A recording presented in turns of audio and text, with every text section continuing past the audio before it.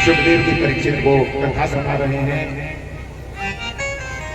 परीक्षित ये प्रश्न में कि परीक्षित ये भागवत कोई साधारण ग्रंथ नहीं है और कलिकाल में इसका बहुत बड़ा महत्व है।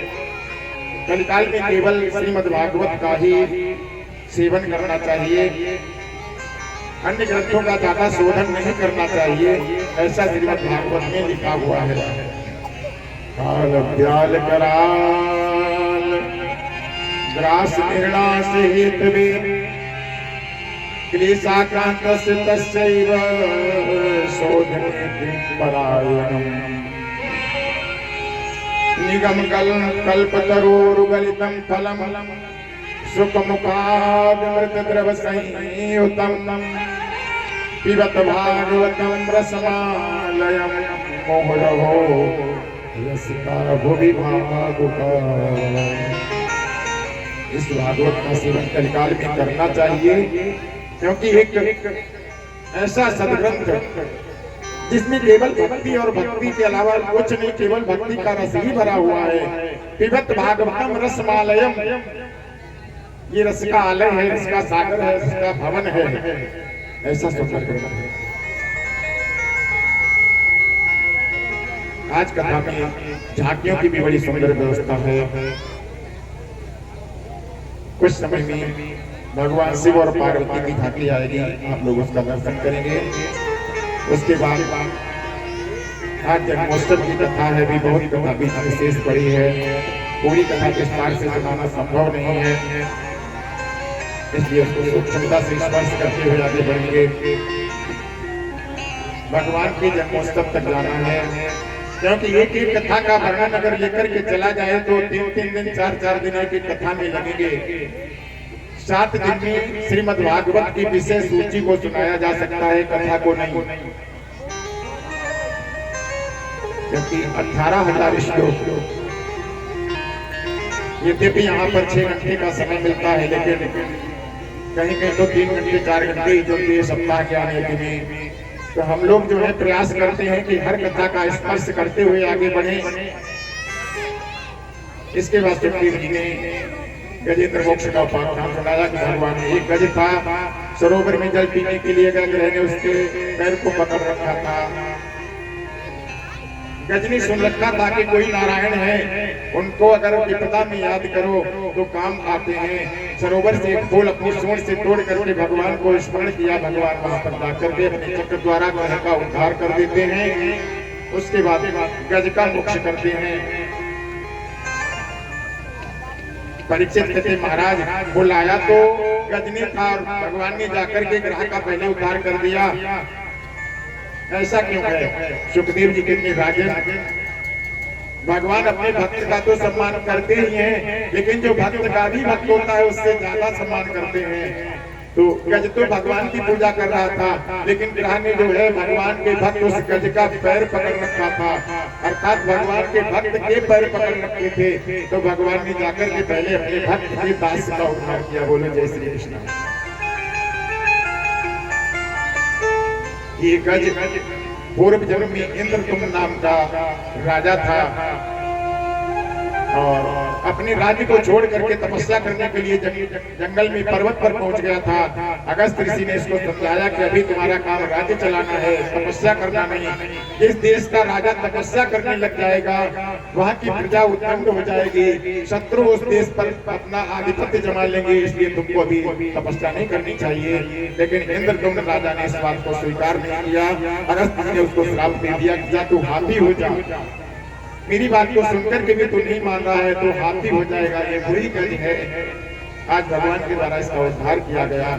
और ग्रह जो है ये भूहु नाम का गंधर्व था, एक बार सरोवर में निर्वस्त्र होकर के स्नान कर रहा था। देवल से उधर से गुजरते हैं, इसने निकल करके ना तो वस्त्र धारण किए, ना ऋषिवर को प्रणाम किया, उन्मत्त की भांति जल में पड़ा रहा, निर्वस्त्र पड़ा रहा। देवल ऋषि ने इसको श्राप दे दिया कि या तो मगर मत छोड़ा, मकर की तरह तो जल में पड़ा रहा निर्वस्त्र, तो मकर हो जाएगा, ग्रह हो जाएगा। ये वही ग्रह था। आज भगवान ने इसका भी उद्धार किया। बोलिए गोविंद भगवान की। सुखदेव जी देवासुर संग्राम की कथा सुनाई। दैत्यों ने देवताओं पर आक्रमण किया, देवलोक पर अपना आधिपत्य जमा लिया। देवता लोग परेशान होकर के भगवान नारायण के पास गए कि महाराज मुझे बार बार दैत्य लोग हरा देते हैं, कुछ ऐसी व्यवस्था कर दो कि हमको हारना ना पड़े। भगवान ने समुद्र मंथन की सलाह दी कि देखो, अगर अपने शत्रु पर हमें पूरा विश्वास है, हम विजय नहीं पा सकते हैं, तो उससे मित्रता कर लेनी चाहिए। शत्रु अगर हमसे मजबूत पड़ता है, शक्तिशाली है, बलवान है, हमारे कब्जे में नहीं आ रहा है, तो उससे मित्रता कर लेनी चाहिए। एक बार रावण दशरथ के पिता आदित्य उनसे युद्ध करने के लिए गया था। युद्ध का कितना बलवान था, चलत दशानन डोलत हरनी, जिस समय चलता था तो ये पृथ्वी हिल जाती थी, भूकंप आ जाता था। सोचा कि चलो अजबर अवध नरेश है, इनको थोड़ा शक्ति दिखाते हैं। राजा आज अभी पूजा कर रहे थे और पूजा करके जो आचमन का जल था उसको उन्होंने उठा करके पीछे की तरफ फेंक दिया। रावण खड़े होकर नीचे देखता रहा और जब पूजा को समाप्त किया राजा ने तो पूछा कि भाई ये जल तो आगे को अर्पित किया जाता है भगवान को, तुमने पीछे को काहे अर्पित कर दिया? आज ने कहा भैया क्या बताएं, यहाँ से 1 योजन दूरी पर एक गाय चल रही है और उस गाय को मारने के लिए एक सिंह आ गया था उसका शिकार करने के लिए, तो उस गाय की रक्षा करने के लिए जल मैंने पीछे को फेंक दिया था। रावण ने वहां से वापस होकर के जाकर के देखा, गाय तो मैदान में हरी हरी घास चल रही थी और वहीं थोड़ी दूर पर एक शेर बाणों से बिंधा हुआ पड़ा था। ये जल से वो बाण बने थे जिससे वो शेर बिंधा हुआ पड़ा है। भयभीत हो गया कि जिसके जल से बाण बन जाते हैं उससे हम युद्ध कैसे करके पार पाएंगे। आज से मित्रता करके वापस चला गया। तो शत्रु से अगर पार ना पाओ तो उससे मित्रता कर लेना चाहिए, ये नीति का नियम है। जय श्री कृष्ण। भगवान ने कहा कि तुमको समुद्र मंथन करना चाहिए, दैत्यों से मित्रता कर लेनी चाहिए। पूरा उपाय बता दिया। मंदराचल की मथानी बनाओ, बासुकी की रस्सी बना लो और पूरे समुद्र का मंथन करके अमृत निकाल करके उसका मान कर लो, फिर दैत्यों से तुम्हें पराजित नहीं होना पड़ेगा। लेकिन ध्यान रखना, आप लोग बासुकी के जो है पूंछ की तरफ रहना, मुख की तरफ मत रहना। देवता कहते ठीक महाराज हम जाकर के दैत्यों को पहले बता देंगे कि भाई पूंछ की तरफ रहेंगे। भगवान मुस्कुराए, अगर जाकर के कह दोगे तो वो कभी नहीं रहने देंगे। फिर वो कहेंगे कि तुमको मुख की तरफ रहना पड़ेगा। तुम कहना कि देखो हम देवता हैं, हम श्रेष्ठ हैं, हम मुख की तरफ रहेंगे, तुम लोग पूंछ की तरफ रहो। तब थोड़ा बौखलाहट में कहेंगे नहीं मुंह की तरफ हम रहेंगे, तब तुम उनकी बात को पकड़ करके उनको मुंह की तरफ लगा देना।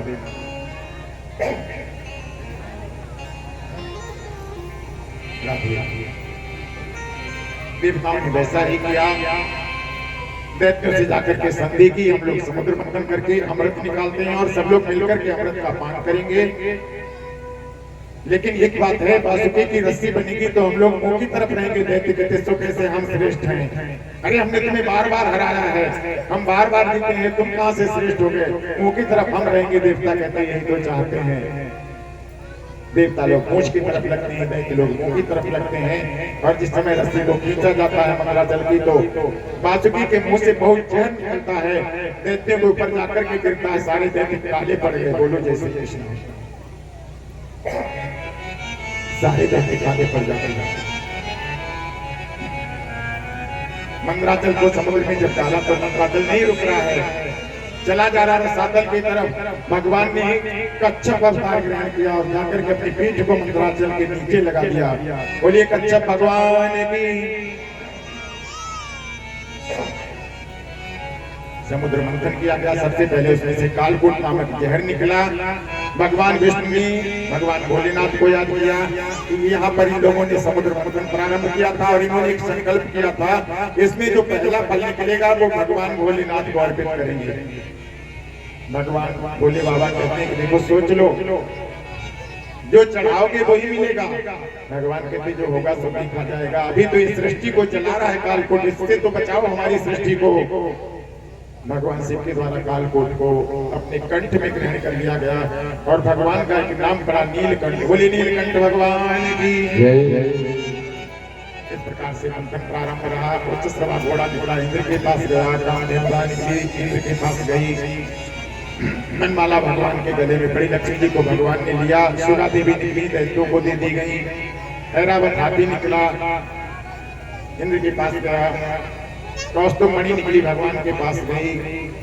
और 14 रत्न निकले, 14 में से कल्प वृक्ष निकला, इंद्र के नंदन वन में लगाया गया। और इस प्रकार से चंद्रमा निकला, भगवान शिव के मस्तक पर धारण किया, जिसको भगवान शिव ने द्वितीया का चंद्र निकला था, उसमें से जिसमें अमृत होता है। भगवान को अगर जहर मिला तो अमृत भी मिला, अर्थात हम संसार में अगर जहर को पीते हैं तो भगवान कहीं ना कहीं से हमको अमृत अवश्य मिला देता है। इस बात का ध्यान रखना चाहिए। भगवान कभी पक्षपात नहीं करता है। अंत में विष का कुंभ लेकर, अमृत का कुंभ लेकर के, बोली गोविंद भगवान की, अमृत का कुंभ लेकर के धनवंतरी भगवान निकलते हैं। भगवान का अगला अवतार है। बोली धनवंतरी भगवान की जय हो।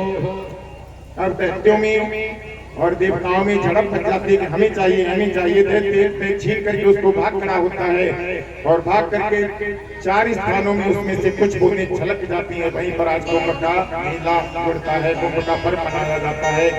ये नासिक, प्रयाग, हरिद्वार और उज्जैन 4 स्थानों पर थोड़ा थोड़ा अमृत छलका। वहीं पर आज भी कुंभ का पर्व मनाया जाता है। भगवान ने देखा कि दैत्यों ने अमृत पर कब्जा कर लिया है, अमृत जमा लिया है, और ये इन्होंने अगर पान कर लिया तो देवता कभी इनको नहीं जीत पाएंगे। भगवान ने एक अगला अवतार ग्रहण किया है, भगवान का मोहिनी अवतार है।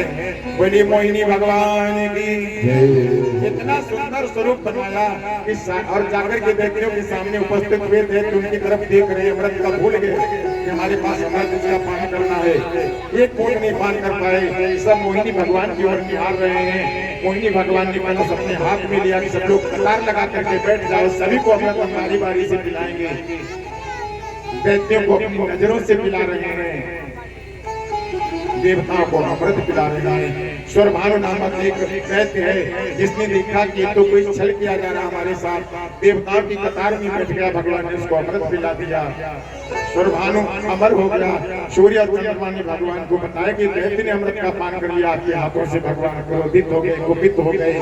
मोहिनी रूप छोड़ करके भगवान चतुर्भुज रूप में आकर के अपने चक्र के द्वारा उसके गर्दन को काट देते हैं। गर्दन तो कट गई, लेकिन अब एक से 2 बन गए। बोलो जय श्री कृष्ण। राहु और केतु 2 हो गए।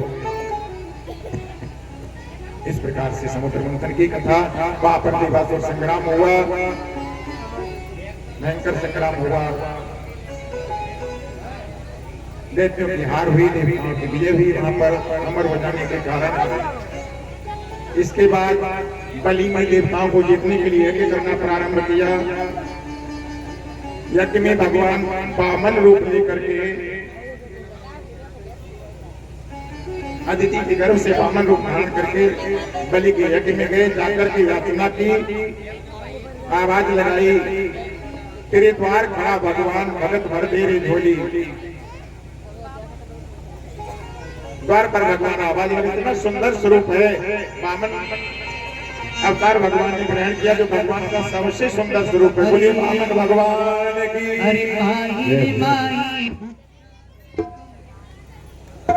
और बलि के द्वार पर जाकर के याचना करते हैं, भिक्षा दे दो द्वार पे जोगी आया, और द्वारे छोड़ के मैं तो तेरे दर अलग जगाया। भिक्षा डाल डाल डाल, भिक्षा डाल डाल डाल, ओ भिक्षा डाल डाल डाल, भिक्षा डाल डाल डाल।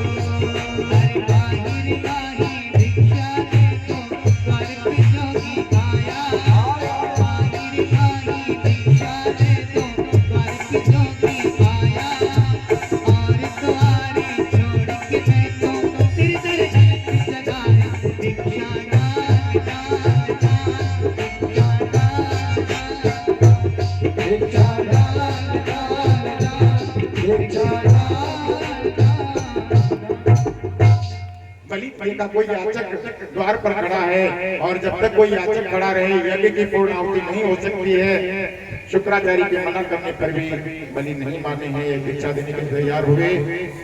भगवान ने कहा पहले संकल्प करो तब हम आपकी भिक्षा स्वीकार करते हैं। बलि ने संकल्प कर दिया। भगवान ने 3 पग भूमि मांगी। बामन का मतलब है कि भगवान 52 अंगुल के ऊंचे अर्थात पौना है, पौना भगवान। तत्सम में कहते हैं बामन, तद्भव में कहते हैं पौना। 3 पग भूमि का संकल्प बलि के द्वारा किया जा रहा है। शुक्राचार्य ने देखा कि ये हमारा शिष्य अभी श्रीहीन हो जाएगा, जो लोटा है उसकी टोटी में जाकर के अपने आप को लगा दिया, जल ही नहीं निकलने देंगे तो संकल्प कैसे होगा। भगवान उनकी करतूत को समझ गए।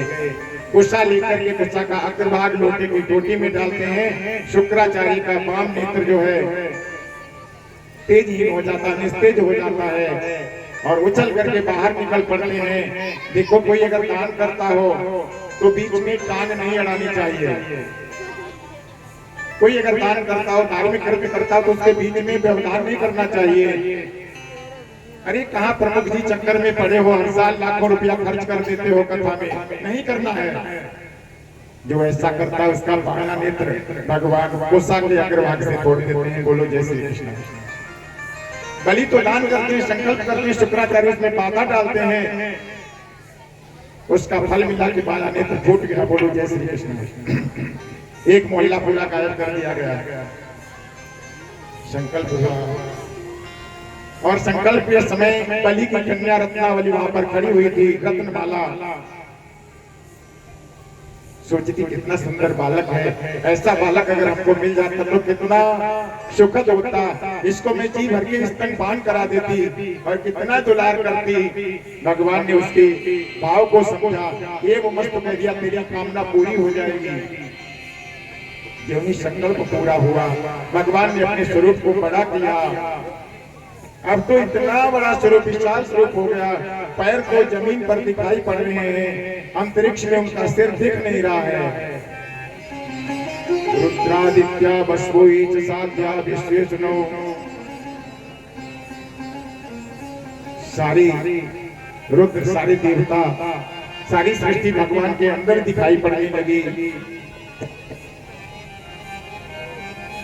भगवान ने एक पैर उठा करके ऊपर के लोगों को नाप लिया, दूसरे पैर से नीचे के लोगों को नाप लिया। ये बलि अब तीसरा पैर कहाँ को जाए। ऐसा स्वरूप जब भगवान की ऐसी क्रूरता को उस रत्नमाला ने देखा तो विचार करती है, ऐसा बालक अगर मुझे गोद में उठाने को मिल जाता, स्तनपान कराने को मिल जाता तो इसको मैं जहर लगा करके पिला देती, जहर लगा करके पिला देती। भगवान उसके भाव को समझ गए। ये वो मुक्त कह दिया तेरा ये भी मनोरथ पूरा हो जाएगा। बोलो जय श्री कृष्ण। वही आगे आकर के आप लोग कल की कथा में सुनेंगे। पूतना है भगवान को स्तनपान तो कराती है लेकिन जहर लगा करके पिलाती है। भगवान ने उसके मनोरथ को पूरा किया। बलि की पत्नी रत्नावली आती है कि महाराज आप एक बात बताइए कि दान बड़ा होता है या दानी बड़ा होता है। भगवान कहते दान कहाँ से बड़ा हो जाएगा। अरे दान तो दानी के द्वारा किया जाता है तो बड़ा तो दानी हुआ।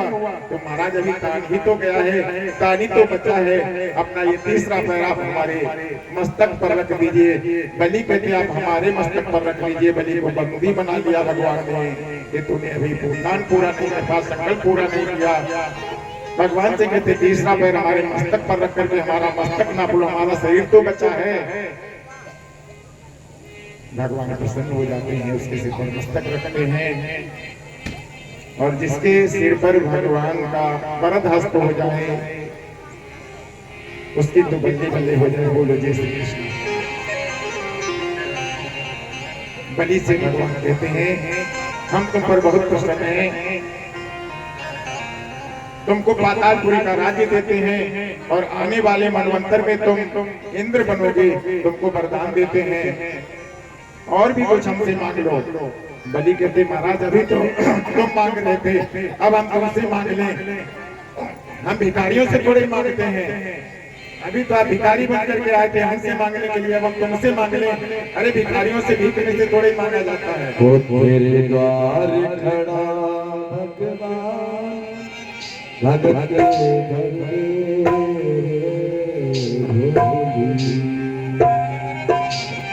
अभी तो तुमने मांगा मुझसे, अब मुझसे कहते हो मैं मांग लूं तुमसे।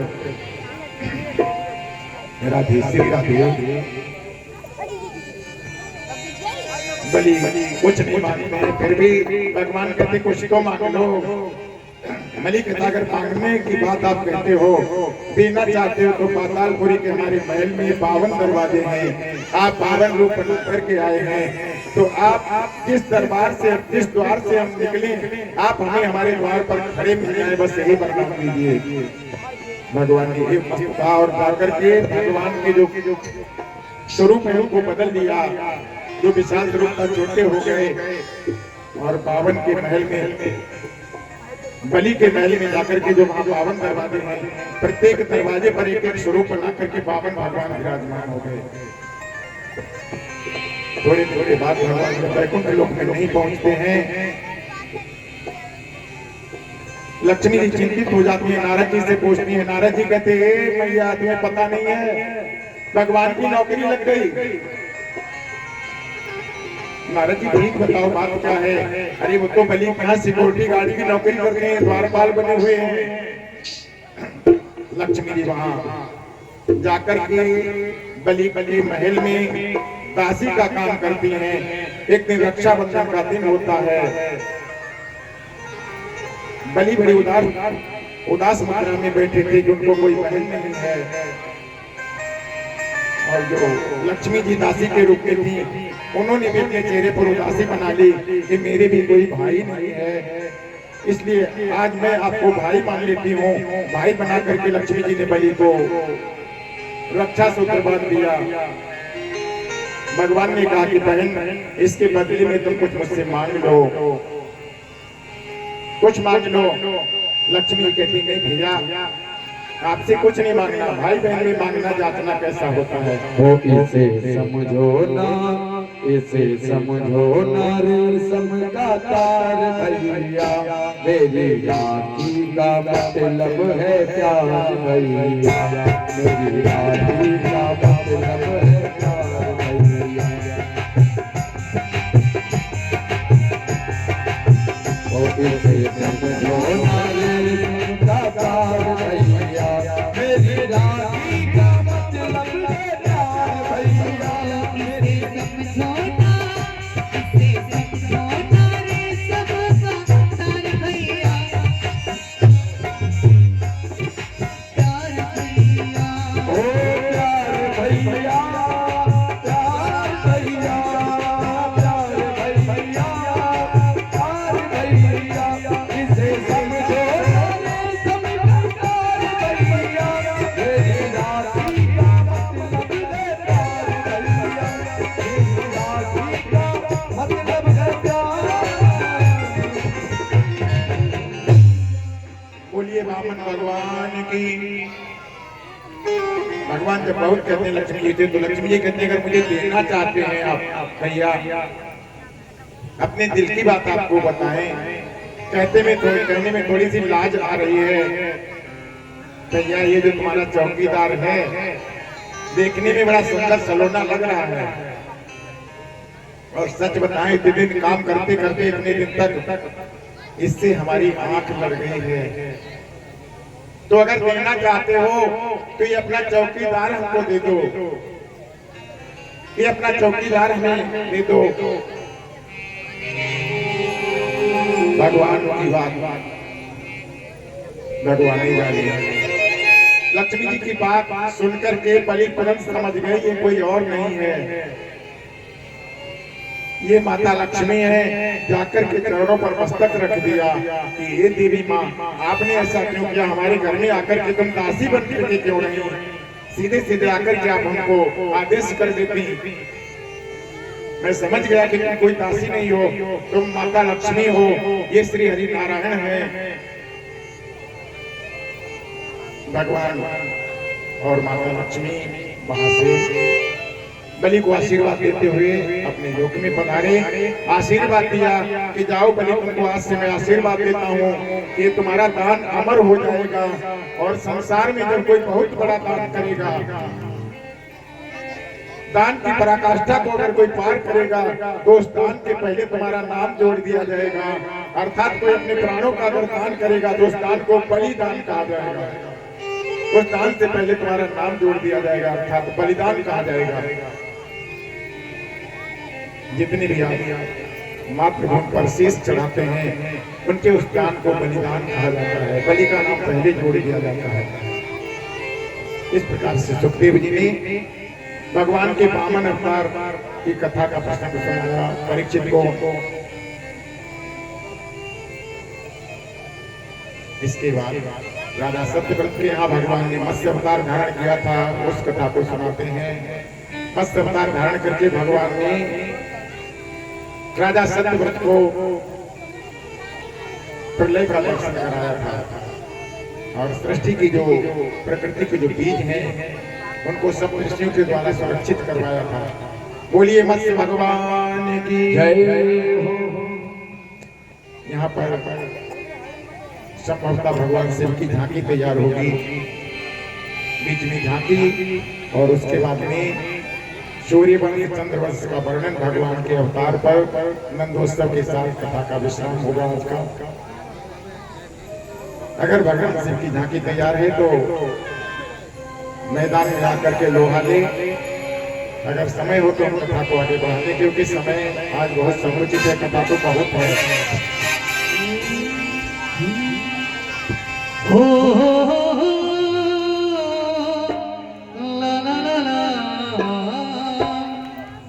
आइए उसी के शंकर जी की पोती अखियां खोल दे,